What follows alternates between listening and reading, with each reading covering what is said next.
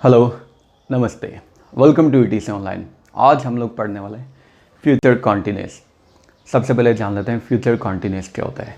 देखिए, future continuous बात करता है एक ऐसे एक्शन की जो अब से बाद में कॉन्टिन्यूएशन में चल रहा होगा। अब से बाद में, फॉर एग्जांपल, अगर मैं बोलता हूँ क्लास एंड होने के बाद में मैं खाना खा रहा हूँगा, तो यहाँ पे मैंने एक ऐसे एक्शन की बात की है जो अब के बाद होगा, यानी क्लास एंड होने के बाद, और वो एक्शन कॉन्टिन्यूएशन में चल रहा होगा। तो अब के बाद होगा तो वो बन गया फ्यूचर, और कॉन्टिन्यूएशन में चल रहा होगा तो वो बन गया कॉन्टिन्यूअस। तो सेंटेंस बन गया future continuous. Since we are talking about future, therefore will use the helping verb of future.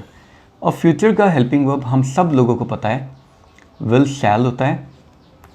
Continuous का हेल्पिंग वर्ब हमेशा बी होता है। अगर हमें कॉन्टिन्यूएशन शो करना है तो हम एक ही वर्ड से शो कर सकते हैं, and the word is ING. ING की स्पेसिफिकेशन ये है कि ये हमेशा V1 के साथ ही आता है। तो कॉन्टिन्यूएशन के लिए helping verb be plus V1 ING हो गया, फ्यूचर के लिए विल शैल हो गया। अब हम लोग इसका फॉर्मेट देखते हैं। तो देखिए, फॉर्मेट मैंने बताया था कि फॉर्मेट आप लोगों को रटना नहीं है, हम लोग खुद बना सकते हैं।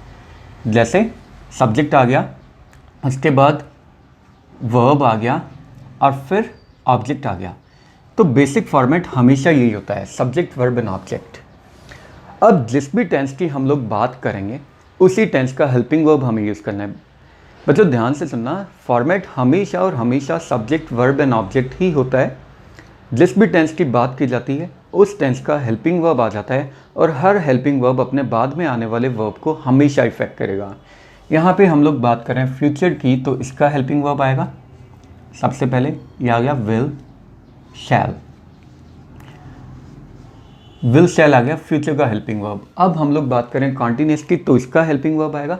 लेकिन कॉन्टिन्यूअस का हेल्पिंग वर्ब, कुछ बच्चे ये सोच रहे होंगे कि सर ने अपने पिछले वीडियो में तो भी बताया था कि प्रेजेंट और फ्यूचर दोनों का फॉर्मेट एकदम सेम होता है, सिर्फ विल शैल का डिफरेंस होता है।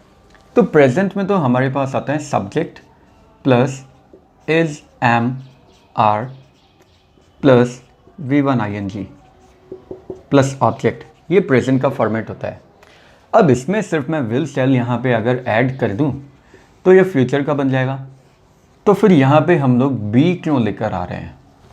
तो बच्चों देखिए, इसका आंसर सिंपल सा है, मैंने अभी अभी बताया।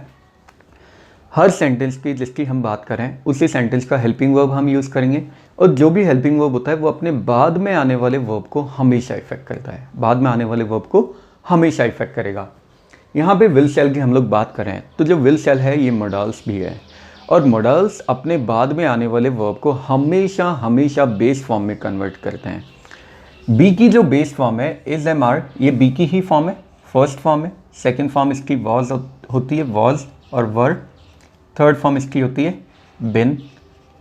बट क्योंकि हमने यहाँ पे विल शैल यूज़ किया है, विल शैल मॉडल्स है, अपने बाद में आने वाले वर्ब को इफेक्ट करेगा, और विल शैल यानी मॉडल्स अपने बाद में आने वाले वर्ब को क्या इफेक्ट करता है? बेस फॉर्म में चेंज कर देता है। ये मैंने बताया था प्रेजेंट सिंपल में भी। अगर प्रेजेंट सिंपल का वीडियो आप लोगों ने नहीं देखा है तो लिंक आपको मिल जाएगा डिस्क्रिप्शन बॉक्स से, ज़रूर देख लीजिएगा, या फिर यहाँ पे आई बटन पे भी आपको लिंक दिखाई दे रहा होगा प्रेजेंट सिंपल का। तो बी आ गया यहाँ पे। अब बी हेल्पिंग वर्ब है। अब ये हेल्पिंग वर्ब अपने बाद में आने वाले वर्ब को इफेक्ट करेगा। बाद में इसके जो वर्ब आया है वो फर्स्ट फॉर्म में कन्वर्ट होके ING से पेयर कर लेगा।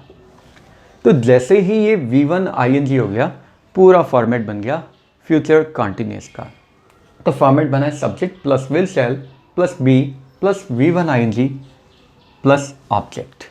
ये सेंटेंस हम लोगों का हो गया फ्यूचर सिंपल का सेंटेंस। अब इसी फ्यूचर सिंपल के सेंटेंस के हम लोग एग्जाम्पल भी देख लेते हैं, क्योंकि अभी हमने जो सेंटेंस लिखा है ये अफर्मेटिव है। अफर्मेटिव का ही हम लोग एग्जाम्पल देखेंगे। तो एग्जाम्पल मैं यहाँ पे लिखता हूँ, I shall be eating dinner. I shall be eating dinner. Extra add करना चाहे तो हम लोग ऐड कर सकते हैं after the class.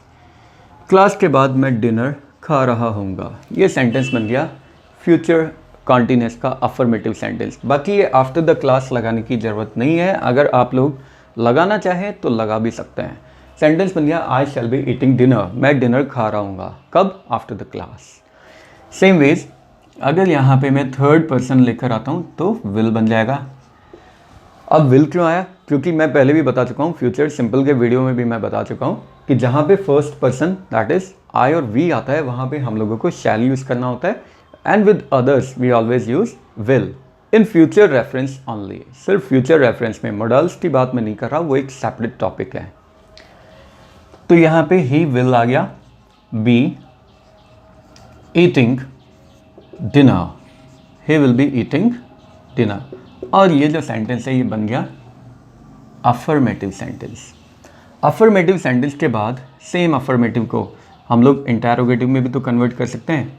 Interrogative sentence वो सेंटेंस होते हैं जो क्वेश्चन रेज करते हैं, यानी जो क्वेश्चन बनाते हैं, जो सवाल जवाब करते हैं, उन्हें इंटरोगेटिव सेंटेंस बोला जाता है। और इंटरोगेटिव बनाने का तो बहुत ही ईजी सा फॉर्मेट है। जहाँ भी हेल्पिंग वर्ब दिख रहा है सिर्फ हेल्पिंग वर्ब को उठा के सब्जेक्ट से पहले हमें शिफ्ट करना है। तो हेल्पिंग वर्ब यहाँ पे विल शैल है, सब्जेक्ट से पहले इसे हम प्लेस करेंगे।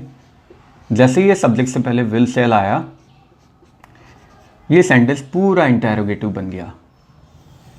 मतलब इंटरोगेटिव बनाने के लिए सिर्फ और सिर्फ हमें हेल्पिंग वर्ब रखना पड़ता है सब्जेक्ट से पहले और सब्जेक्ट रखना पड़ता है बाद में, और सेंटेंस लास्ट में इंटरोगेटिव बन जाता है, तो क्वेश्चन मार्क भी आ जाता है। ठीक है, plus be plus V1 ing plus object, rest of the format will remain the same. Sentence बना, देखिए बच्चों यहाँ पे आई शैल है, यहाँ पे आ गया शैल आई, मतलब यहाँ पे सब्जेक्ट पहले था, हेल्पिंग वर्ब बाद में था, यहाँ पे हेल्पिंग वर्ब पहले आ गया शैल और सब्जेक्ट बाद में आ गया आई। सेंटेंस बना be shall I be eating dinner, क्या मैं डिनर कर रहा हूँगा। क्योंकि ये इंटरोगेटिव सेंटेंस है इसलिए बच्चों ये लास्ट में ये सिर झुका हुआ आदमी भी हमें यहाँ पे लगाना पड़ेगा, यानी क्वेश्चन मार्क। तो क्वेश्चन मार्क क्या है? ये जिस आदमी का सिर झुका हुआ है इसे क्वेश्चन मार्क बोलते हैं। जिस भी सेंटेंस में सब्जेक्ट आ गया उससे पहले हेल्पिंग वर्ब आ गया, वहाँ पे क्वेश्चन मार्क लगाना कंपलसरी है। अब ये तो हो गया sentence interrogative. After interrogative comes negative sentence, और नेगेटिव में हमें पता है एक वर्ड हमें यूज़ करना पड़ेगा, and the word is not. Negative में हमें नॉट यूज़ करना पड़ेगा, और ये जो नॉट है हमेशा हेल्पिंग वर्ब के साथ आता है। तो सेंटेंस बन जाएगा original subject plus will shall ऊपर था, एज इट इज़ आ जाएगा नीचे, will shall that is the helping verb plus be plus V1 ing plus object last में। क्योंकि हम सेंटेंस को नेगेटिव बना रहे हैं और नेगेटिव में हम लोग नॉट यूज़ करेंगे, और ये जो नॉट होगा ये हमेशा हेल्पिंग वर्ब के साथ आएगा। यहाँ पे हेल्पिंग वर्ब विल शैल दिखाई दे रहा है, इसके साथ में नॉट पेयर कर देंगे। जैसे ही हेल्पिंग वर्ब के साथ में नॉट पेयर हुआ पूरा सेंटेंस नेगेटिव बन गया। अभी हमने फर्स्ट वाले सेंटेंस को चेंज किया था, अब सेकेंड वाले सेंटेंस को चेंज कर लेते हैं। He will be eating dinner, तो सेंटेंस बन जाएगा ही will not be eating dinner, will not be eating dinner। ये सेंटेंस बन गया नेगेटिव सेंटेंस। अब ये नेगेटिव सेंटेंस है, वो डिनर नहीं खा रहा होगा। सेम नेगेटिव सेंटेंस को भी तो इंटरोगेटिव बना सकते हैं भाई। इस नेगेटिव सेंटेंस जो हमारे पास ऑलरेडी गिवन है, नेगेटिव सेंटेंस से भी तो हम इंटरोगेट कर सकते हैं, यानी इससे भी तो हम क्वेश्चन कर सकते हैं। वो खाना नहीं खा रहा होगा, क्या सच में वो खाना नहीं खा रहा होगा? क्या वो खाना नहीं खा रहा होगा? तो यहाँ पे मैं क्वेश्चन भी कर सकता हूँ ऑलरेडी नेगेटिव बने हुए सेंटेंस से। तो बच्चों देखिए नेगेटिव सेंटेंस हमारे पास ऑलरेडी फ्रेम्ड है, सिर्फ इसे इंटरोगेटिव में कन्वर्ट करना, दैट्स इट।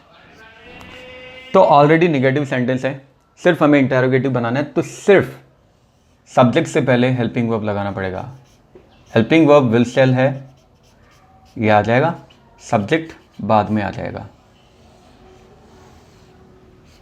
तो जैसे ही हमने विल शैल जो कि हेल्पिंग वर्ब था उसे सब्जेक्ट से पहले लगा दिया, पूरा सेंटेंस इंटरोगेट करने लग गया, इंटरोगेटिव आ गया, ये सिर झुकाया हुआ आदमी आ गया यहाँ पे। बाकी सेंटेंस सेम रहेगा, प्लस नॉट है, यहाँ पे भी नॉट आ जाएगा और निगेटिव भी बन जाएगा। भाई हेल्पिंग वर्ब पहले आ गया, सब्जेक्ट बाद में आ गया तो इंटरोगेटिव तो बन गया, नॉट भी आ गया तो निगेटिव भी बन गया। Plus be plus V1 ING plus object. तो सेंटेंस को चेंज करते हैं, he will not be eating dinner, इसी को चेंज करते हैं, will he not be eating dinner, will he not be eating dinner, क्या वो डिनर नहीं कर रहा होगा, क्या वो डिनर नहीं खा रहा होगा। तो यहाँ पे इंटरोगेटिव सेंटेंस भी कंप्लीट हो गया बच्चों, आप लोग इसे देख लीजिए, इससे आप लोग उतार भी सकते हैं। अगर कोई डाउट है तो नीचे जो कमेंट सेक्शन है उसमें आप लोग अपना कमेंट ड्रॉप कर सकते हैं, मैं ट्राई करूँगा जल्दी से जल्दी आप लोगों के क्वेश्चंस का आंसर करने की। आई होप बच्चों आप लोगों को फ्यूचर कॉन्टिन्यूस समझ में भी आ गया होगा, वीडियो भी अच्छा लगा होगा। अगर वीडियो अच्छा लगा है तो बने रहिए ETC ऑनलाइन के साथ। नेक्स्ट वीडियोस तक के लिए have a good day, take care, bye bye, thank you.